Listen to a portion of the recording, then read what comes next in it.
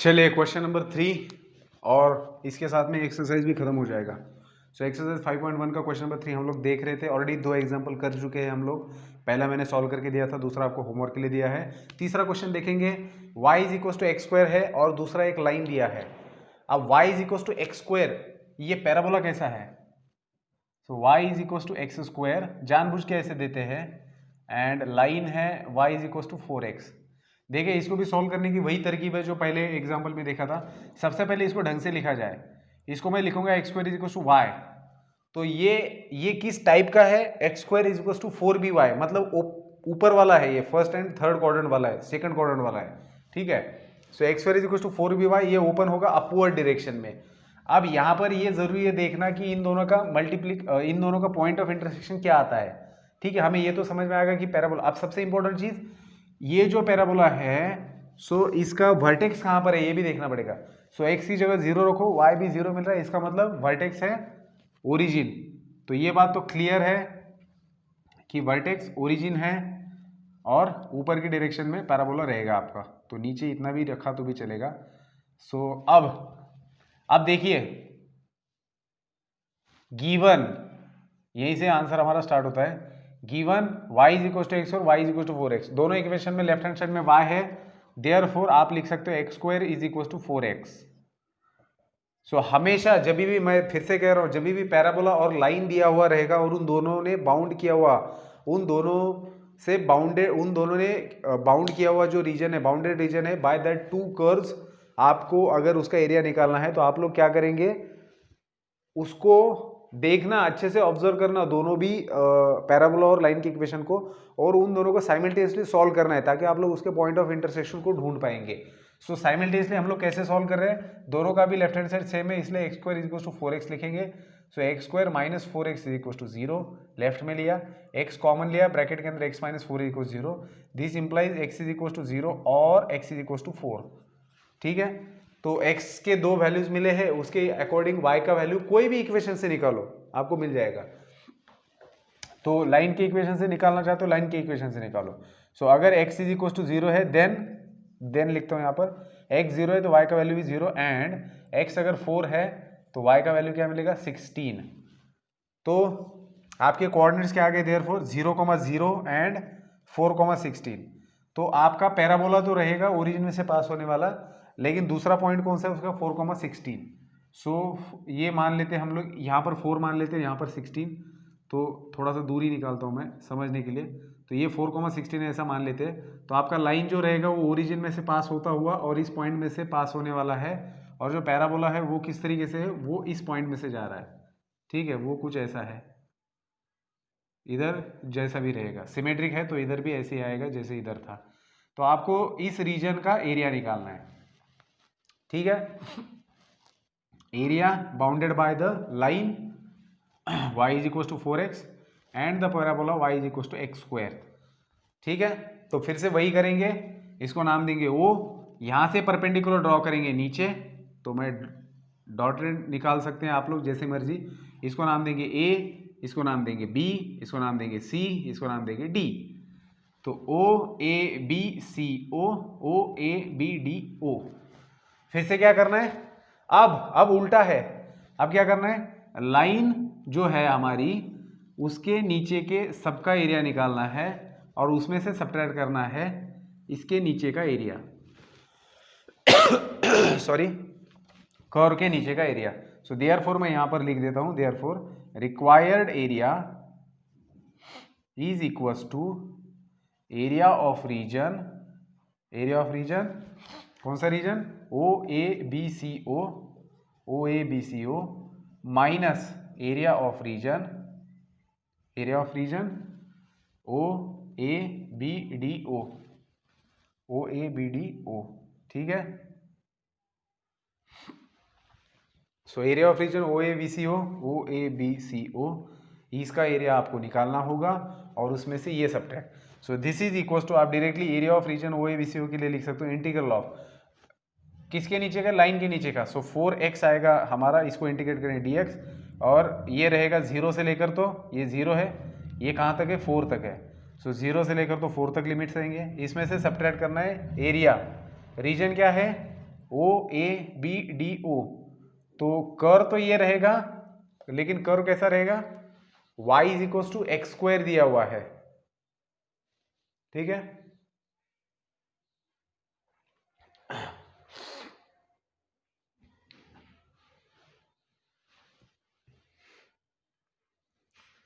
तो कोई दिक्कत नहीं है,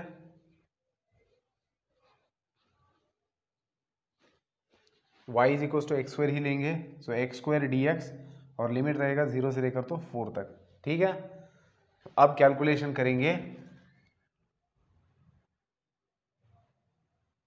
ठीक है। तो ये 4 कांस्टेंट है, सो इसका इंटीग्रल आएगा एक्स स्क्वायर बाई 2, 0 से लेकर तो 4 तक, माइनस इसका इंटीग्रेशन आएगा एक्स क्यूब बाई 3, 0 से लेकर तो 4 तक, 2 2 ज़ा 4, बाहर 2 अंदर 16, माइनस यहाँ पर 1/3 को बाहर लिया, 4 का क्यूब 64। सो आपको आंसर में मिल रहा है 32 माइनस 64/3। सो कैलकुलेशन अगर करेंगे तो 96 minus 64/3 two that is 32/3 square units. Check कर लेते हैं। So 32/3 square units is the right answer. Square units लिखेंगे। तो आपको ये समझना है बेटा कि आप निकालने क्या जा रहे हो, बाउंड्री रीजन निकालना। एक बार फिगर सही निकाल दी तो बाकी चीजें सही हो जाती है, ठीक है। तो इस तरीके से थर्ड का आंसर आया।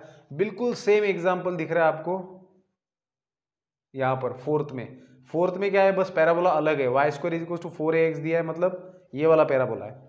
ये तो मतलब बिल्कुल स्टैंडर्ड ही है। Y square is equal to 4ax मतलब स्टैंडर्ड पैराबोला है। और इक्वेशन भी y is equal to x मतलब ओरिजिन में से पास होने वाला इक्वेशन 45 डिग्री का इंक्लिनेशन बनाने वाली लाइन है y is equal to x। तो ये निकालना है। तो पहले जैसा कर दो, यहाँ का कोऑर्डिनेट निकाल दो ताकि आपको लिमिट्स पता चल जाएंगे, ठीक है। तो इसके कोऑर्डिनेट्स क्या आते हैं, तो देखिए इसको इक्वेट कैसे करेंगे, इसको सॉल्व कैसे करना है मैं बता देता हूँ, आगे का आप लोग कर लेंगे। ये पॉज करके लिख लेना, ठीक है। मैं इसकी हिंट दे देता हूँ नेक्स्ट एग्जाम्पल की, क्योंकि आपका एक इक्वेशन है y square is equal to 4ax और दूसरा है y is equal to x।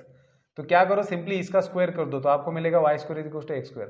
तो दोनों इक्वेशन का लेफ्ट हैंड साइड सेम है, तो 4ax is equal to x square आपको मिलेगा। तो x square minus 4ax is equal to 0 लिख सकते हो। x को कॉमन ले लो, x minus 4a is equal to 0। So this implies x is equal to 0 और x is equal to 4a। तो आपका ये जो पॉइंट रहेगा ना, दोनों का पॉइंट ऑफ इंटरसेक्शन, तो ये पॉइंट ऑफ इंटरसेक्शन क्या रहेगा, 4a, मतलब इसका x कोऑर्डिनेट तो 4a रहेगा, y कोऑर्डिनेट आप निकाल सकते हो, y कोऑर्डिनेट भी 4a रहेगा। सो 4a, 4a, ठीक है। सो ये पॉइंट आएगा 4a। तो जब आप लिमिट्स लेंगे ना, जब आपको इसके नीचे का एरिया निकालना है तो आपके पास क्या रहेगा, देखो इसके नीचे का लिमिट निकालने जा रहे हो तो y square is equal to 4ax दिया है, तो y क्या रहेगा, 2√a√x रहेगा, इसको ध्यान में रखना है। और फिर इसको इंटीग्रेट करेंगे 0 से लेकर तो 4a तक, और फिर नीचे का एरिया निकालना है तो लाइन का इक्वेशन रहेगा y is equal to x that is x dx, और लिमिट्स रहेंगे 0 से 4a। तो इस वाले एरिया में से इसको सब्ट्रैक्ट करना है तो आंसर आ जाएगा, ठीक है। चलिए इतना दिमाग लगाइए। नेक्स्ट है क्वेश्चन नंबर 5, देखेंगे क्वेश्चन नंबर 5। इसको हटा दूं अभी,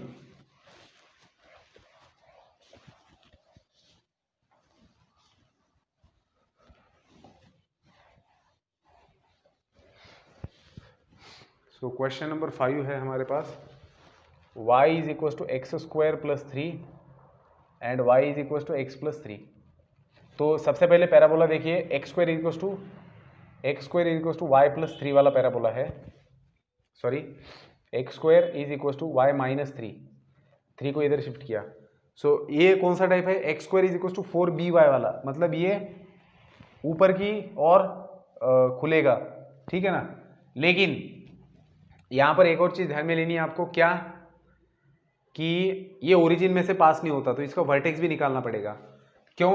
क्योंकि अगर आप x का वैल्यू 0 रखेंगे तो आपको y का वैल्यू क्या मिलेगा, वर्टेक्स निकालने के लिए put x is equal to 0, तो y इज इक्वल टू मिलेगा 3। मतलब इसका जो वर्टेक्स रहेगा पैराबोला का, देखिए पैराबोला तो ऊपर की तरफ ओपन होने वाला है, ठीक है ना। सो वर्टेक्स क्या रहेगा, 0 से 0,3, तो यहाँ से यहाँ ऐसे पैराबोला रहेगा आपका, ठीक है। अब आपको आगे बढ़ना है, ये आपका पैराबोला हो गया। अब y is equal to x plus 3, तो इन दोनों का पॉइंट ऑफ इंटरसेक्शन आपको निकालना है। सो दोनों के लेफ्ट हैंड साइड में y है, तो आप एक्स स्क्वायर प्लस 3 और x प्लस 3 को इक्वेट कर सकते हो। तो 3 3 कैंसिल हो जाएगा, x square minus x is equal to 0, x को कॉमन लिया, x minus 1 equal 0। So this implies either x is equal to 0 और x is equal to 1। So जब x इज इक्वल टू 0 रहेगा तब y का value कितना है हमारे पास, y इज इक्वल टू 3 है, और x का वैल्यू अगर 1 रहता है तो y का वैल्यू क्या रहेगा 4। आप कोई भी इक्वेशन में डाल के देखिए सेम मिलेगा। सो 1,4, सो 1,4 मतलब मान लीजिए ये 1 है और ये 3 है, तो 4 यहाँ पर कहीं पर है, ठीक है। सो ये 1,4 यहाँ पर मिल रहा है आपको। सो आपका जो लाइन है वो 0,3 एंड 1,4 में से पास होने वाला है, ठीक है। तो आपका लाइन भी ओरिजिन में से कहाँ पास हो रहा है, यहाँ पर भी तो कांस्टेंट है ही ना। तो आपको निकालना है एरिया इस रीजन का। तो सिंपल है, यहाँ से यहाँ पर परपेंडिकुलर डाल दीजिए, ठीक है। और आपके पास लिमिट से 0 से लेकर, तो ये लिमिट है, ये क्या लिमिट था 1,4 था, तो ये 1 है, ठीक है। सो आप लोग क्या करेंगे, सबसे पहले लाइन का इंटीग्रेशन निकालेंगे। दैट इज लाइन क्या है, x प्लस 3 dx, और लिमिट्स लेंगे 0 से 1 तक, और इसमें से सब्ट्रैक्ट करेंगे किसको, कर्व के नीचे के एरिया को। सो कर्व है y is equal to x square plus 3, ठीक है। सॉरी, कर्व क्या है आपका, y is equal to x square plus 3, लेकिन लिमिट्स लगा देंगे उसको 0 से 3 तक, 0 से 1 तक का। सो आप लिख सकते हो इसको एक्स स्क्वायर प्लस 3 dx, ठीक है। इसको अगर आप सॉल्व करेंगे तो आपको आंसर मिल जाएगा।